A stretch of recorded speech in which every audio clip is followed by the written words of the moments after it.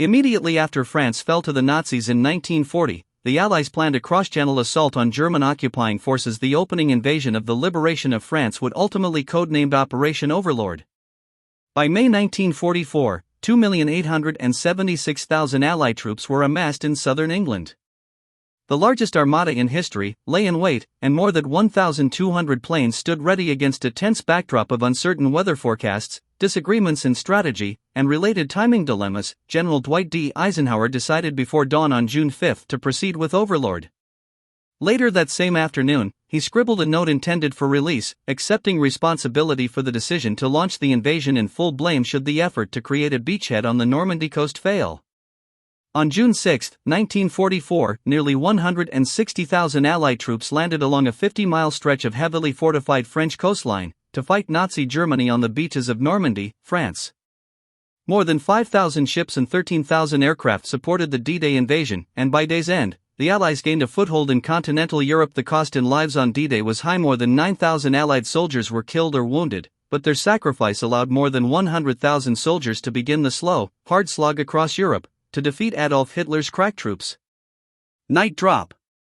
Before the invasion, air and sea components played major roles. 12,000 planes of the Allied air forces swept the Luftwaffe from the skies while Allied ships protected the English Channel.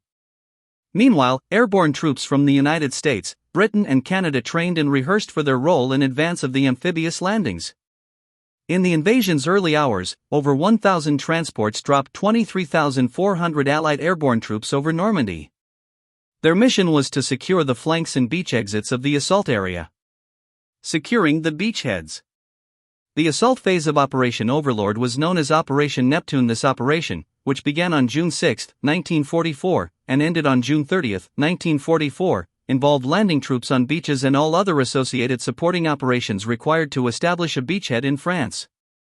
Allied code names for the beaches along the 50-mile stretch of Normandy coast targeted for landing were Utah, Omaha, Gold, Juno, and Sword. The meaning of D in D-Day. Many explanations have been given for the meaning of D-Day, June 6, 1944, the day the Allies invaded Normandy from England during World War II. The Army has said that it is simply an alliteration, as in H-hour. Others say the first D in the word also stands for day. The term a code designation. The French maintain the D means disembarkation, still others say debarkation, and the more poetic insist D-Day is short for Day of Decision. When someone wrote to General Eisenhower in 1964 asking for an explanation, his executive assistant Brigadier General Robert Schultz answered, "General Eisenhower asked me to respond to your letter. Be advised that any amphibious operation has a departed date, therefore the shortened term D-Day is used."